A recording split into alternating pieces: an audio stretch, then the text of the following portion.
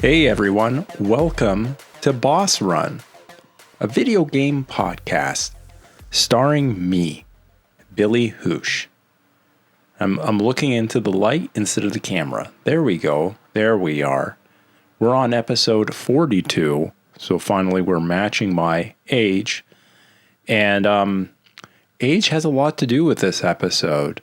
We can see I've posted this probably later than usual. I've been feeling under the weather. No, I haven't been on any type of cruise lately, but unofficially, I may have, pretty sure, diagnosed by myself and, well, mainly my sister who works in a hospital with shingles.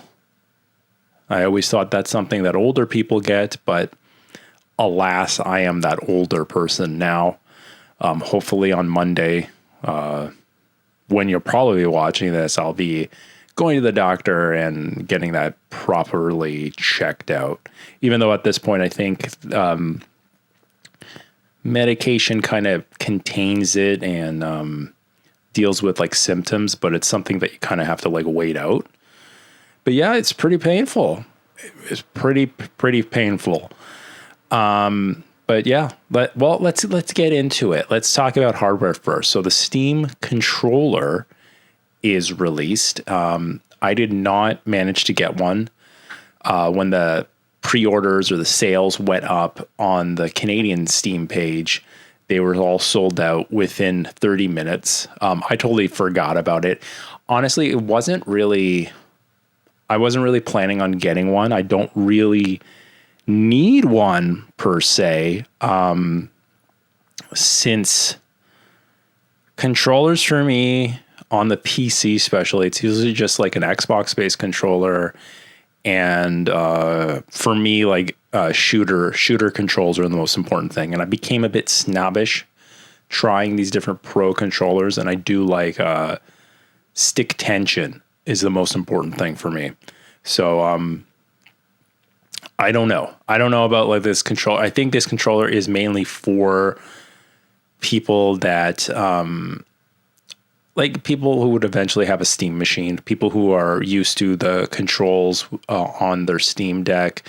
The main gimmick of this controller is the dual track pads that are on the controller, similar to how a Steam Deck has two track pads that your thumbs use, and it can control the XY axis. It's like a touch screen, basically, which makes it ideal for basically mouse controls while you're sitting on a couch.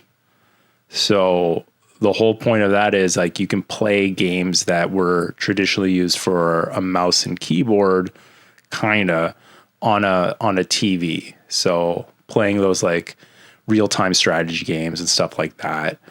However, apparently it has a really good gyroscopic kind of deal. And there's been this like movement for a while now of people who like playing first-person shooters with gyroscopic controls for like the precision of it. You can say like the biggest game like that would be Splatoon, would be Nintendo kind of bringing that controller scheme to the mainstream. And there is a new Splatoon game coming out. Anyways, those controllers quickly got scalped, and now Valve has a system where you can make a reservation. So once the new batches come out, similar to what Nintendo did with the Switch 2, they'll send you an email, and then you have like 5 days to decide if you're going to actually order one or not. And you have that purchase slot reserved. So I made a reservation just for fun to see like, okay, maybe if that time comes, maybe I'd want one. I mean, I obviously would want one to just play around with. I'm a bit of a controller freak. I like messing around with controllers and stuff like that. But $150 is pretty steep, especially if you don't really need it. Like I've been a champion of these Chinese Pro controllers that are amazing quality. Usually they're all under $100. So $150 for a Pro controller that does all that stuff is actually a pretty good deal, especially considering like Sony and Microsoft's Pro controllers are $250. They're really expensive and needlessly. So it's like right in the middle there for the Steam one. Also, this reservation thing, I forgot to say, this probably was a test to see how they're going to roll out the Steam Deck and the Steam Frame. So they're probably going to do this like reservation system for it. Those are other Valve systems that I'm not really interested in, but I mean, the variety is great. The competition is great. The other cool thing about the Steam controller is that Valve also released the CAD files for every specification of the design of the Steam controllers. So that's interesting because there's going to be this like healthy third-party part probably market for it. So it would be fun getting one of these things, especially they're highly self-serviceable. You can like open them and replace parts very easily with them. It was designed to be like that. It would be cool if there's like this massive market of modifications and stuff like that. It would be fun to tinker around with one of those controllers. So we'll see. If the reservations come about, maybe I'll jump and get one. Even though I'd rather allocate those funds towards games, right? If you don't need a controller, don't get one. Maybe one day I can make review and they'll send me, well, they never will, but we can keep dreaming. Anyways, that's the main hardware news. I don't know. There's lots of like news about Microsoft is constantly working on the Xbox software for both the console and the PC. Apparently, they've been rolling out updates, and they're planning on to roll out updates throughout this year and into next year for Windows 11 to optimize it for gaming. Apparently, I haven't tested it out yet. I don't know if it's been rolled out to my PC or I have to activate it or something like that. But there's like a basically Windows version of big picture mode. If you know what that is with Steam, if you use Steam, basically it just makes it's a mode where your PC will go full screen and just have an interface for playing games that you can navigate with your controller. So it'd make it basically make your PC make sense hooked up to a TV while sitting on a couch. It is like the full picture mode version, similar to a Steam Deck, where your computer would, well, I think there's two ways of doing it. Well, the proper way would be the computer would reboot and load up just in this new interface. And then it wouldn't load all these background functions that Windows uses because it'll just be focused and streamlined and giving all its juice towards playing games. And some early tests came out that you get like maybe like a 6 or 7% uplift in performance. And the one problem is that when it loads up solely in that mode, if you have like multiple monitors, which is like the benefit of PC gaming. For me, I have 3 monitors. I have like my main good monitor as the main monitor that I would run the game on. And then I have 2 older monitors on each side that I use for like one for like Discord for like chatting and controlling like voice comms, and then like another one with like strategy guides or a website, or maybe like you have like a music player going on or something in the other screen. And that's the cool thing about PC gaming. It's like your battle station. Apparently when you run that mode, your secondary monitors go blank. So it's not designed for that. So I'm not interested in that mode whatsoever. Kind of negates the allure and convenience of PC gaming. But I also get it's for like people who like build a box just for their TV, right? Similar, like it's the competition for the Steam machine. But any sort of like updates to make Windows run better, I welcome, and kudos to that effort for sure. That's about it for hardware news and software news in this case. The big thing, so about gaming, I have as of early this morning, I'm recording on Sunday night. Sunday morning, I got the platinum trophy for Saros. I completed it.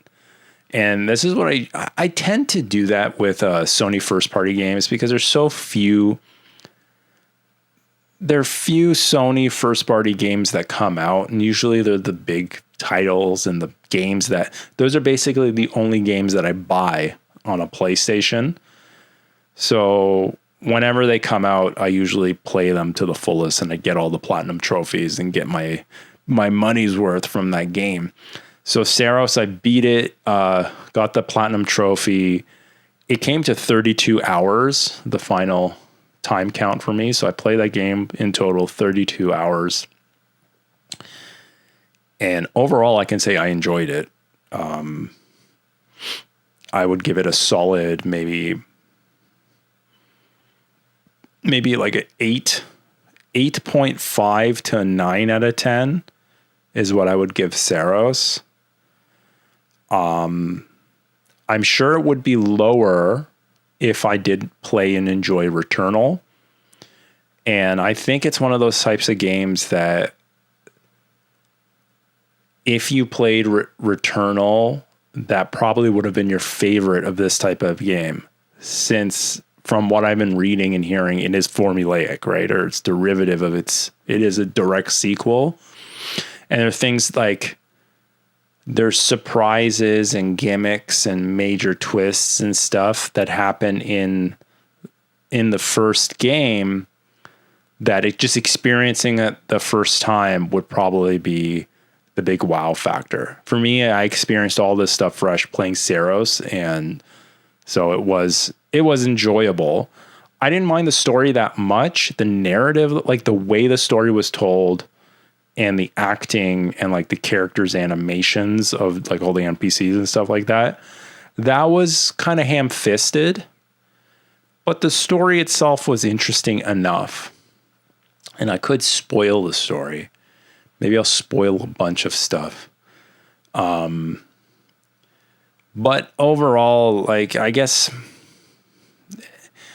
you just basically learn that your intentions aren't very pure and the character you're playing is not a great person. And this, the princess that he's chasing in the castle, if we're using Mario as an analogy, the princess doesn't want to see Mario, is running away from Mario, or the reason they're in that situation is because they ran away from Mario, and Mario is just a selfish asshole and is delusional and wants to force himself into be a hero. And that's like the whole corruption of the yellow shore, the island, or the planet. Basically, I think that it's one of those stories where it's like multi-layered stories and there's a lot of ambiguity to the storytelling, where I can see that part of it being going over the heads of people and being like, what? That doesn't make any sense. But because it's kind of like a Call of Cthulhu, the King in Yellow kind of deal, it's supposed to be distorted timelines and stuff. But looking at it as a science fiction game, there were a bunch of like space colonies, for like a space colony first set to this planet called Carcosa. Called like all the space colonies were called like Echelon 1, 2, 3, and 4. And Echelon, the first Echelon was sent to this planet to mine a mineral, I think, called leucinite to send back to Earth. So this corporation sent all these like scientists and stuff to go and colonize this planet, mine this mineral, and send it back to Earth because it's worth like trillions and trillions of dollars to this Soltari corporation. Now, the Echelon 1, which contained the protagonist's wife, who I think we find out is the ex-wife near the end, so that's a spoiler. They go and first colonize the planet, and they get, I guess, possessed or corrupted by this like entity on the planet, which is very much like this, like it's similar to like an eldritch god kind of like tentacle moon kind of thing. First, they think that this like mysterious eclipse happens on this planet every so often, and then it makes all the creatures and the flora and the fauna like violent and stuff like that. And first, they believe that eclipse is done by a moon, that the planet has a moon, but then you find out that that's not a moon. That's like some god. It's like this tentacle beast being or whatever. And that is like, it possesses the people that come to the planet and controls everything. So anyways, your character, Arjun Devraj, and I think, I forget the name of the female character is Anita. I forget what her name is. Anyways, your character, so Echelon 1 goes there to colonize everything, but then they kind of like lose contact. No, well, Echelon 1 goes there first to colonize stuff, and then Echelon 2 is sent, and that's like an actual like colony of like people and workers and stuff like that. And then Echelon 3 is sent because all those two, they lose contact of Echelon 1 and 2, and then Echelon 3 kind of disappears. So then they send Echelon 4, and Echelon 4, the main protagonist that you play, the Arjun Devraj guy, he's sent, and he's like a soldier guy. And he, on the face of it, to like the other employees, he's there to like figure out what happened and save the colony that went missing. But he's really just focused on finding his ex-wife or whatever. It kind of reminds me of like Die Hard. Excuse me.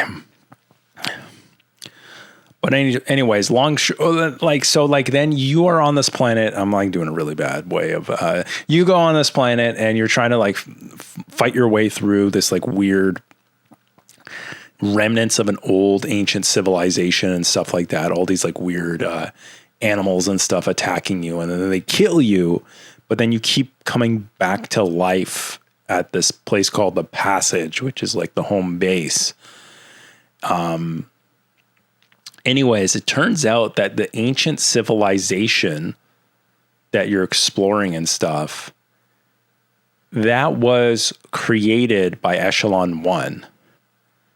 So like there's this weird time dilation that happened there. That first team went there, colonized, they got possessed, colonized the whole planet.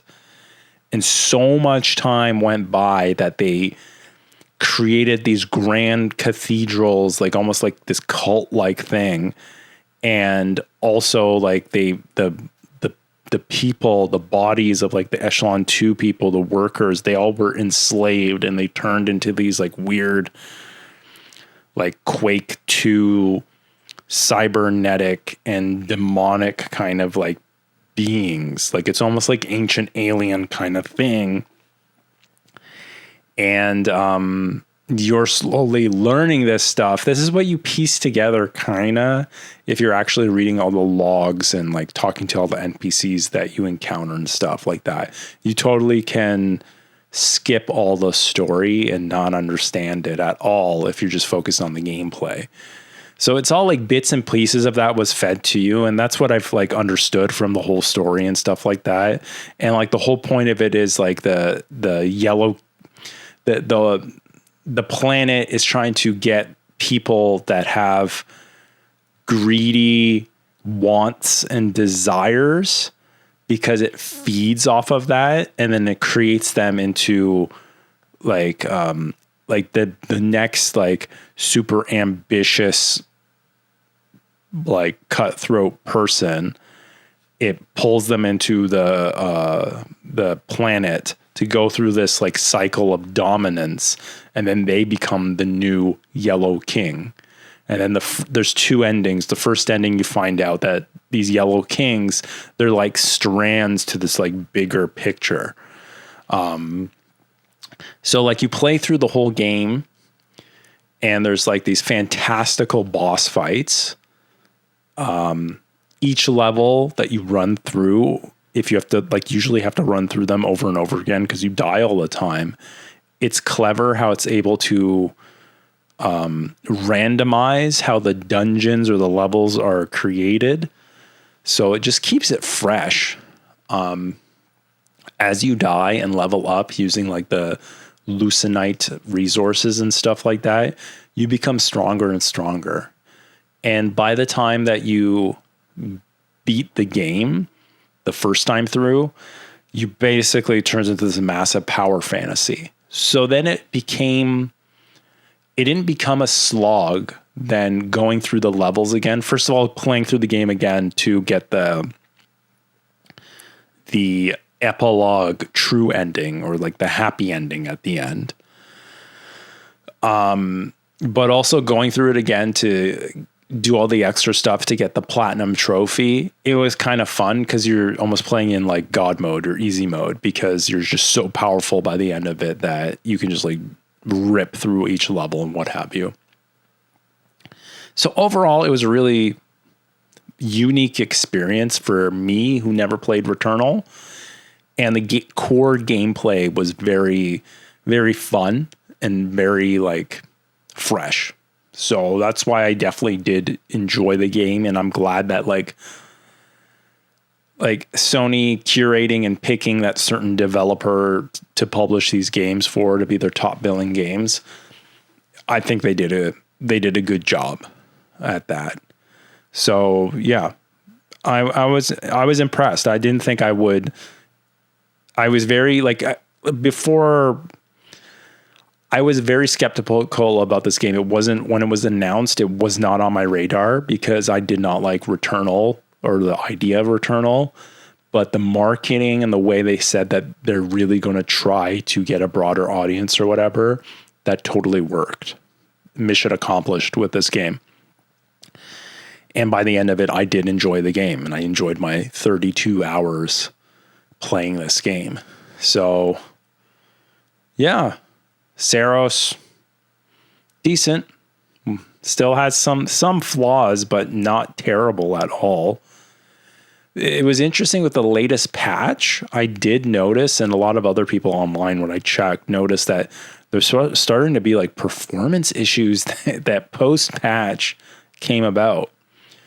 And it is interesting that such a like fast performing game is made on Unreal Engine 5.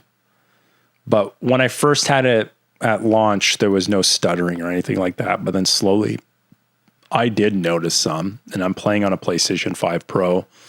So hopefully that just gets patched out, since it looked like it was just introduced with a new patch. So I'm sure they can fix it. But yeah, 8.5 to 9 out of 10, pretty high up there. It's definitely a solid Sony PlayStation exclusive. Now, I don't think I'll be touching my PlayStation until the fall, unless some exclusive game gets shadow dropped in like the summer, which I do not think so. So most likely my next PlayStation game is going to be the Wolverine game that comes out, I believe, in September. And then after that would be Grand Theft Auto 6, if that is indeed coming out this year, which Yeah. Well, I mean, so far it's supposed to be coming out, and if it is indeed coming out in the fall, this June, next month, we should see like a new trailer and more information about that. But yeah. Furthermore, I've been still playing Lost Odyssey. I haven't played Lost Odyssey for 2 days though. I've been taking a break because I was just deep into Saros. And this is a game I'll probably start up tomorrow. Lost Odyssey, I finished disc 3. So I'm cooking in that game. I'm on the 4th and final disc. And boy, there's a lot of twists and turns in this game. Now I have like this huge party of characters, which I did not expect. And there was like vehicular moments in this game that I didn't expect, as well as I'm on disc 4, but it feels like now it's opened up to this like open world section. So I don't even know how long this final disc is. We'll see. We'll see how many more hours. Cause I think I'm at 30 hours on this game as well. So, I've been enjoying this game quite a bit. And I think you can see behind me, if you're watching the video version on this side, you can see the Japanese boxed version of, Lost Odyssey that I picked up for 400 yen, which is like what, $3 USD in mint condition. I love this game. Yeah, it's become one of my favorite JRPGs, and I'm not even done it yet. So I'll be fully focused on finishing this, and I'm still streaming. I've been streaming the whole game on twitch.tv/Billy Housh. Holler at your boy. I think though, supposedly tomorrow DHL will be dropping off my SSD drive that I got. So I might be streaming tomorrow, properly formatting an SSD drive. Maybe. I think there's like hardware part of it that I might not be streaming. I don't know. So that I can put an SSD, a 500 gigabyte SSD replacement drive that works on a stock PlayStation, not PlayStation, Xbox 360. So that should be cool. And I'll be downloading all my games onto that thing. Hopefully more games go on sale so I can buy those Xbox 360 games. But yeah, I've been enjoying Xbox 360 more than anything. That's my retro moment. I guess there was a big announcement by Nintendo that next month a remake of Star Fox comes out. A remake of essentially the Star Fox 64 game, which I was fond of when I played it. I owned it when it first came out. The thing that I'm not fond of about the remake is the price. So Star Fox, they're charging full price in certain regions. So in Canada, Star Fox for Switch 2 is the full $85 plus tax. Whereas in Japan, I believe it's like 3,800 yen, which is like, I think that's like $40 Canadian, basically. Probably $45 Canadian, maybe less. And that would have been the right price, because if it's a 1-to-1 remake of the original Star Fox game for 64, not the Super Nintendo one, that game was short. Star Fox 64 was a very short game. And they were able to charge, and this is something no one mentioned before, but they were able to charge full price for Star Fox 64 because it was bundled with the Rumble pack for the Nintendo 64 controller. So this little attachment that plugged into your 64 controller and gave it rumble feedback, which that was unique for the time. That's why it's like, I don't think I'm going to, like, I'm not that big of a Star Fox fan. I don't think I would want to pay $85 Canadian for a remake of Star Fox. But we'll see. I am still an idiot.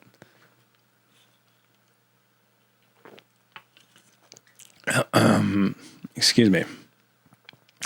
So that's like games for June. And like I have to start thinking, well, what am I going to play after Lost Odyssey, right? So I fall prey to Nintendo's scheme. But what is it? It's May 10th. So it'll be May 11th, probably when you're watching this or listening to this. The rest of this month, the other big game that comes out this month, I believe May 19th, is Forza Horizon 6. So that's the big Microsoft first-party game that's coming out. Forza Horizon is, of course, the arcadey racing game from Microsoft that uses real cars, though, real licensed cars. And this game is set in Japan, which is cool.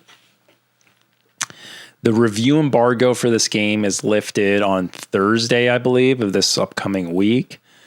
However, apparently, I've been reading this today or yesterday, the whole game leaked online, because of Microsoft's negligence.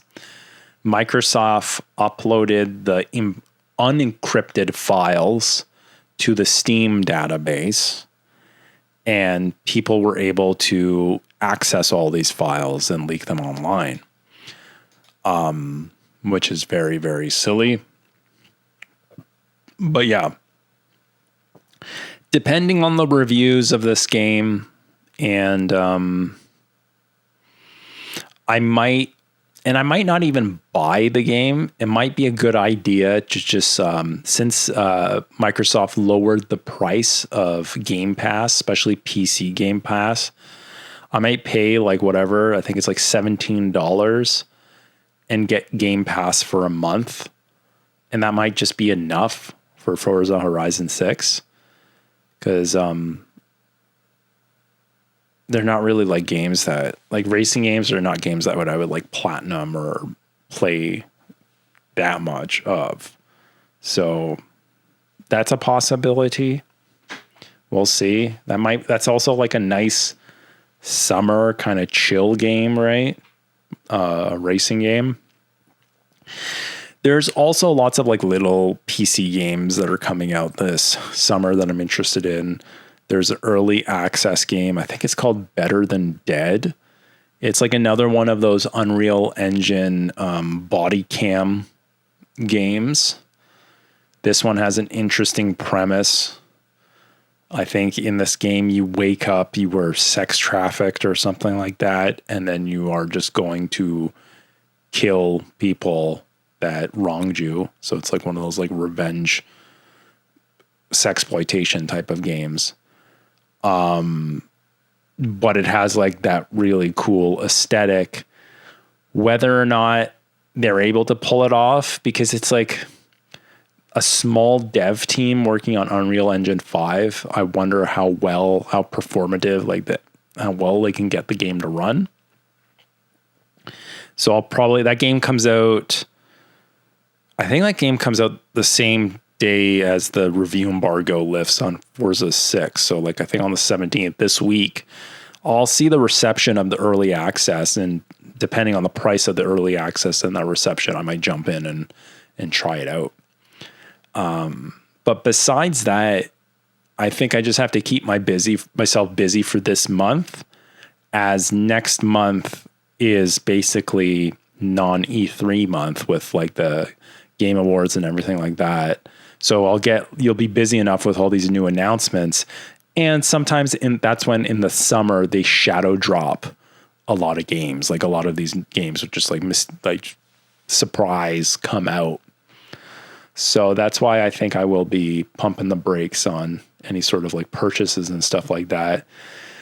Games I have on my backlog that are substantial enough that I actually like remember and that I do want to eventually play, but I kind of don't feel like jumping in immediately, are just like two big RPG type of games.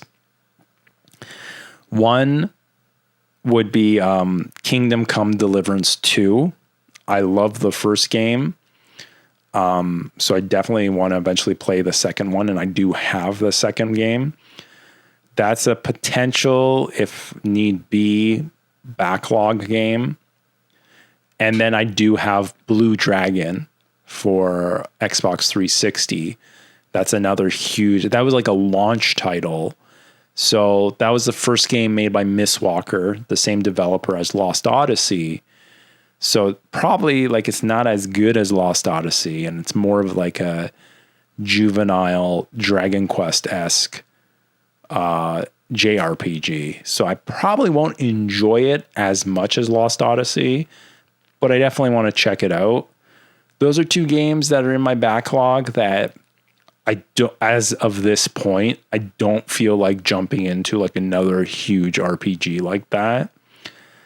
I think definitely out of the two, since I'm still playing Lost Odyssey, if I was going to play one of them after that, it would probably be Kingdom Come Deliverance 2, because that's quite different. It's like it's an immersive sim, and the setting and everything is really different. So if I was going to play something from my backlog, it would probably be Kingdom Come Deliverance 2, where I can play that on my PC and get wowed by the graphical experience. And since it's an immersive sim and open world, I can also like continue playing a lot of like the smaller quests and stuff like that, or just like crafting and all the other resource management kind of stuff on my Steam Deck, because those games they run well on the Steam Deck as well. But yeah, those are my other two options besides that. But overall, looking forward to just these game announcements and new trailers and stuff in June. Really looking forward to June. E3 is always like the fun part of the year.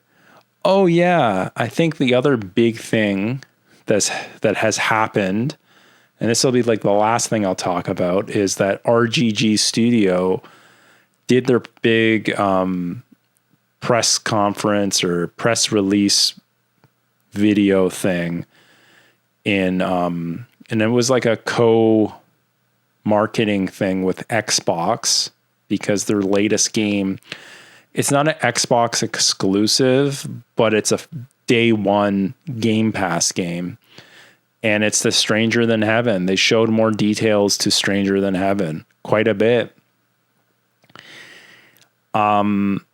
The big thing, like I think because this press release was like paid, this whole showing was paid by Microsoft. So it was very much geared towards the Western market, of course. And like the big thing forward that they started with was like, oh, it's got a big like role in the game played by Snoop Dogg, which for me came off kind of weird and kind of like, I think I like Shenmue and I think I like these Yakuza games because of how Japanese they are. So like having Uncle Snoop, who's since the beginning been really shoehorning himself into gaming, at this point it feels lame, man. Like Call of Duty the first couple of times is funny, but then it's just lame. Like it's just a weed joke, and weed's really lame. It's been legal here for so long. It's been legal here so long that like I even like that's like high school shit. It's lame. So I don't know. I don't know if that still has like a major appeal. I don't know. When I saw the reception online, a lot of people were like, yeah, they loved everything about it. The game itself, like for RGG, the graphics look very good, and it's like very much an open world. It almost looks like a more of like similar to like a Assassin's Creed type of an open world instead of like a Yakuza game. Like they're really playing it straight, and it's very much about realism instead of like these goofy, whimsical elements that are thrown into these, like it's thrown into the mix to break up the serious tone of the underground crime stuff in the Yakuza games. They didn't show any of that. They didn't show any comedic bits in the game. They did just focus on like, this is a gritty story about a half Japanese, half American stowaway from San Francisco with his friend taking this like contraband ship run by Snoop Dogg to Japan to start a new life.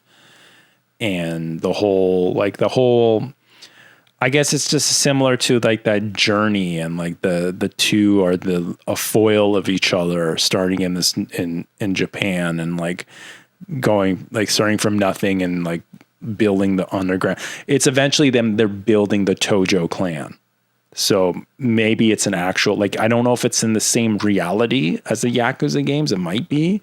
And like, it might be like this grand Yakuza -1, like grand prequel that like maybe you find out who Kiru's original father was, and it goes through various decades in time throughout the game.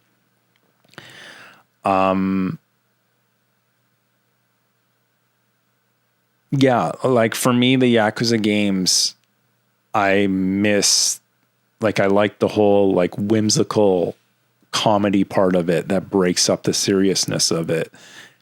They didn't show any of that. It looked like an Ubisoft Assassin's Creed game or a Mafia, like those Mafia 1, 2, 3 games. It didn't look like a Yakuza game, but I mean, I think I'll give them the benefit of the doubt. It definitely is like, looks like a super high budget game, and it's more like realism violence in the fighting too. Like it's gory and stuff like that. So it just looks like something like Sega's pushing them to like, just all our money is now made in the West, make this game for the Western audience. When initially, like the whole point of the success of the Yakuza series was like championing the Yakuza series as being this unique game series made for like a mature audience in Japan, because that was a part of the market that wasn't catered to anymore, like older men basically in Japan. And making those games that were catered to like adult Japanese men basically made some authentic, weird experience. And that was the appeal in the West, what made the games a cult classic. Because it was like kind of like Shenmue. Like this is a game that's kind of immersed in like Japanese culture, like brazenly. Like you had like all these Japanese brands and stuff and the like locations, and it was just very much just like playing it totally focusing on like this game is for Japanese people in Japan or whatever.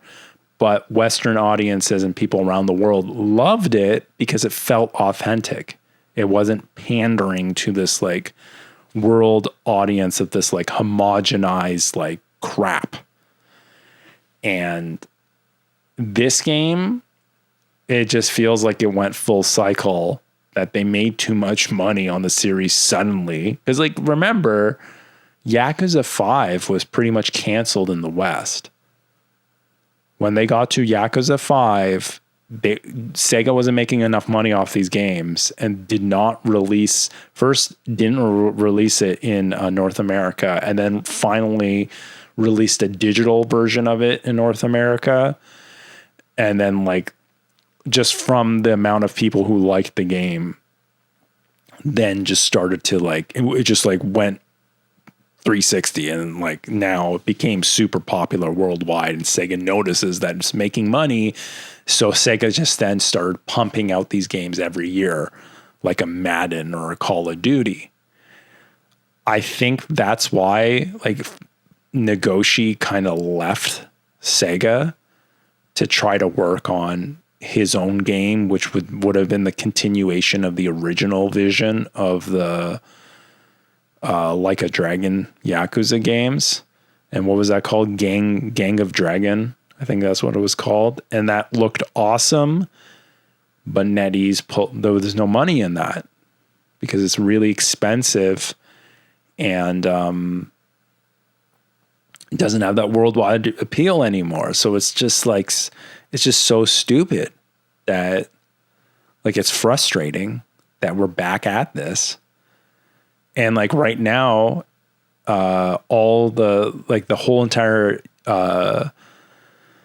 gaming market is having problem, like AAA market. Like apparently Marathon didn't make enough money. Bungie didn't make enough money. Like all the first parties, like Microsoft's in shambles.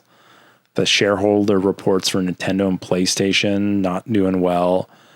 And it's because they're making these like, they're trying to follow trends and putting all the money towards chasing this like next big lightning in a bottle kind of thing, when they're not, budgets are too high and too much risk that they're not able to make anything creative anymore.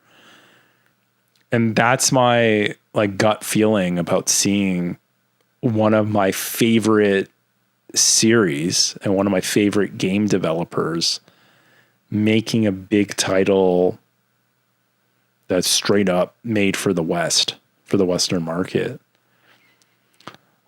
I mean, like, whatever. I don't want to be a hater, whatever. I'm definitely still going to buy it and play it. Like, I hope it's a great game. But that showing was just off to me.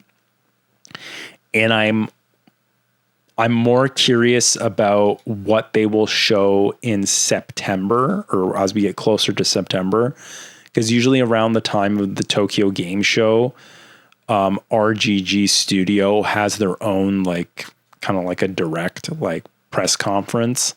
So in that case, they would have the press conference that would be tailored to the Japanese audience. So I wonder what they'll show. And hopefully in that time, it's not just like, this one was more of like a story reveal, and they didn't give like a proper release date. They just said winter, which I think winter just means it's coming out. It's not going to come out holiday season. And the trend of RGG releases have been either January or February, which makes sense because that's going to be after all like these huge games like Grand Theft Auto 6 and whatnot. So I'm skeptical, but I'm looking forward to seeing more of this game. And I really hope that when they show more of like the gameplay for the Japanese audience, they'll show more of like the goofy stuff. The only goofy bit that they showed in this game is that like, I think you're running like a cabaret jazz club, and one of the guys is like a musician.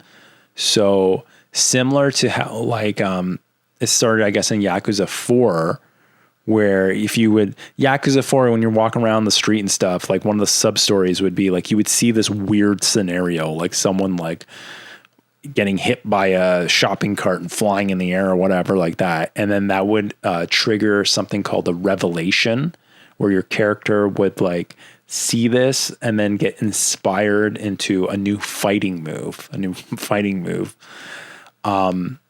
In what they showed for Stranger Than Heaven is that you walk around and then you see scenarios or hear these sounds that can trigger an idea for a song, like a melody or something like that. And I can see a lot of comedy being had in that scenario. So I hope they show more goofy stuff like that, because I thought the comedy writing in the Yakuza series was excellent. That's what I liked a lot about it. So I hope there's more of that. Anyways, I think I'm going to wrap it up at that. More to come. We'll see if by next week, will I finish Lost Odyssey? Will I finish it in a week? Or is it more than that? I have a feeling it might take more than that. We'll see. I think I'm in a grindy place. But anyways, I hope you guys all have a wonderful week. Take it easy and keep gaming.